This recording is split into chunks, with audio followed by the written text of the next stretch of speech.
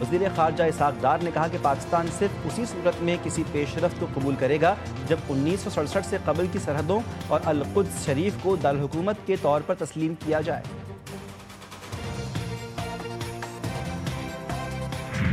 Petrol کی قیمت 250 روپے پر لا کر 3 سال کے لیے منجمد کی جائے، امیر جماعت اسلامی کا مطالبہ۔ حافظ نعیم نے کہا کہ پیپلز پارٹی اور ایم کیو ایم کے درمیان نورہ کشتی ہو رہی ہے، دونوں جماعتوں نے مل کر شہر قائد کو تباہ کیا۔ کرپشن اور لوٹ مار کا نام پیپلز پارٹی اور ایم کیو ایم ہے، بی آئی ایس پی میں نام بے نظیر کا، کام بے ضمیروں کا ہے۔ آئندہ مالی سال میں کیا مہنگا ہوگا، کیا سستا، کس شعبے کو ملے گا ریلیف اور کس پر پڑے گا مزید بوجھ؟ وفاقی حکومت کا 5 جون کو آئندہ مالی سال کا بجٹ پیش کرے گی۔ صدر مملکت نے 5 جون کو سینٹ اور قومی اسمبلی اجلاس طلب کر لیے۔ قومی اسمبلی کا اجلاس 5 جون کی شام 5 بجے اور سینٹ اجلاس شام 6 بجے ہوگا۔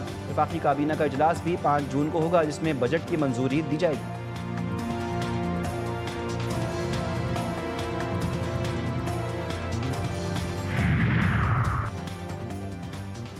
ایف بی آر ٹیکس ہدف پورا کرنے میں پھر ناکام، ٹیکس شارٹ فال 860 ارب روپے سے زائد ہونے کا خدشہ۔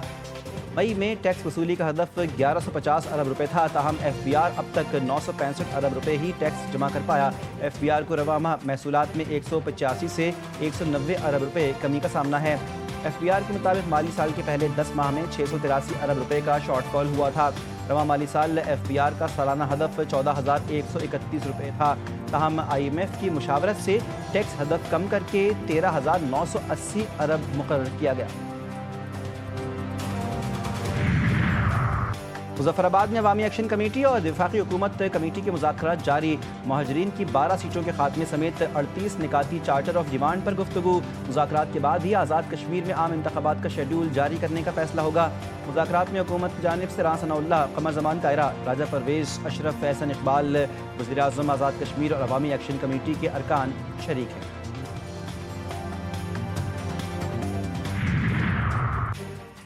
گلگت بلتستان میں انتخابی سرگرمیاں عروج پر، پیپلز پارٹی کے 23، مسلم لیگ نون کے 22، اسلامی تحریک کے 10 جبکہ مجلس وحدت مسلمین کے 7 امیدوار میدان میں۔ جی بی اسمبلی کے 24 حلقوں میں انتخابات کے لیے پولنگ 7 جون کو ہوگی۔ 9,58,480 ووٹرز حق رائے دہی استعمال کریں گے۔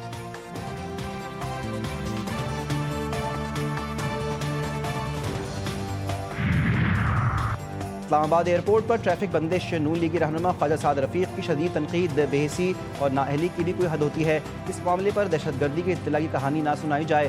سابق وفاقی وزیر خواجہ سعد رفیق نے ایکس پر اپنے پیغام میں کہا انہیں انتخابی مہم کے سلسلے میں اسکردو جانا تھا، اسلام آباد ایئرپورٹ کے باہر پہنچے تو راولپنڈی پولیس نے ایئرپورٹ جانے والی تمام ٹریفک روک رکھی تھی۔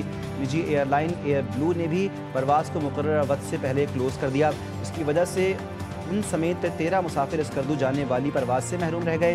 ایئرپورٹ کے اطراف سینکڑوں مسافر، خواتین، بچے اور بزرگ شدید گرمی میں پریشان کھڑے رہے، درجنوں دیگر مسافروں کی پروازیں بھی چھوٹ گئیں۔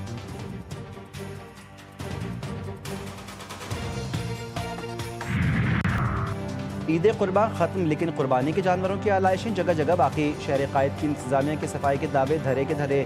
کراچی میں عید کے چوتھے روز بھی جگہ جگہ گندگی کے ڈھیر، سولجر بازار سمیت شہر کی کئی علاقوں کی سڑکوں اور گلیوں میں آلائشیں پڑی ہیں، تعفن سے راہگیروں، علاقہ مکینوں کا سانس لینا بھی دشوار۔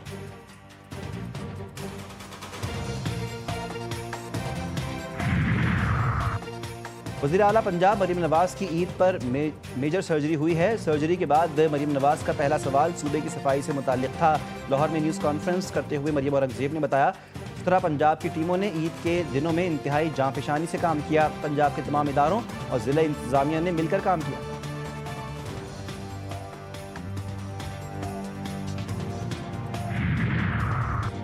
بجلی کا بریک ڈاؤن، کراچی کے بڑے حصے کو پانی کی فراہمی بند، پہلے ہی شہر کے بیشتر علاقے پانی سے محروم ہیں۔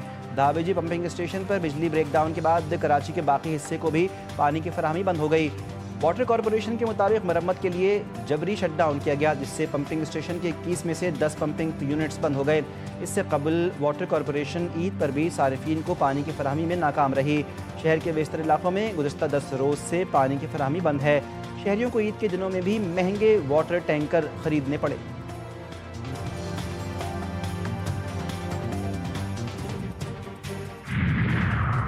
جنوبی لبنان کے مختلف قصبوں پر اسرائیلی بمباری سے 10 افراد شہید، متعدد زخمی۔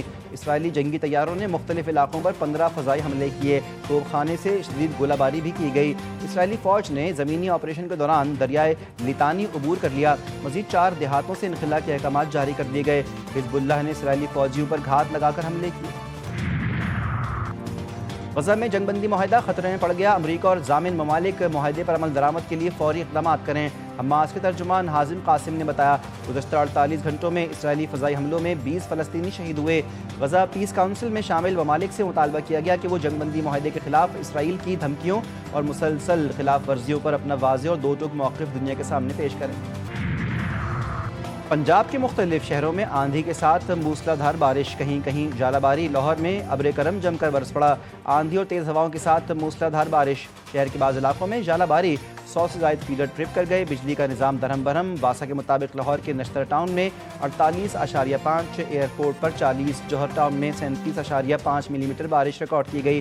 بارش کے بعد بجلی کا نظام درہم برہم۔ طوفانی بارش کے پیش نظر وزیر اعلیٰ پنجاب کا صوبے بھر کے تمام متعلقہ اداروں کو ہائی الرٹ کا حکم، برساتی پانی کی فوری نکاسی، نالوں اور نہروں کی مسلسل نگرانی کی ہدایت۔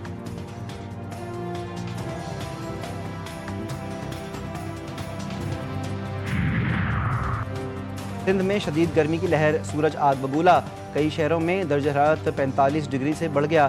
ہیٹ اسٹروک کے خدشات، تپتی دھوپ میں شہریوں کا گھروں سے نکلنا مشکل ہو گیا۔ بجلی کی لوڈ شیڈنگ کے باعث گھروں میں رہنا بھی محال ہو گیا۔ شہریوں کے ٹھنڈے مشروبات کے ذریعے اوسان بحال رکھنے کی کوششیں۔ کراچی میں سورج شہریوں پر آگ برساتا رہا، پارہ 37 سے 39 ڈگری سینٹی گریڈ ریکارڈ ہوا۔ ہوا میں نمی کا تناسب 65% ہونے کی وجہ سے ہیٹ انڈیکس 48 ڈگری رہا۔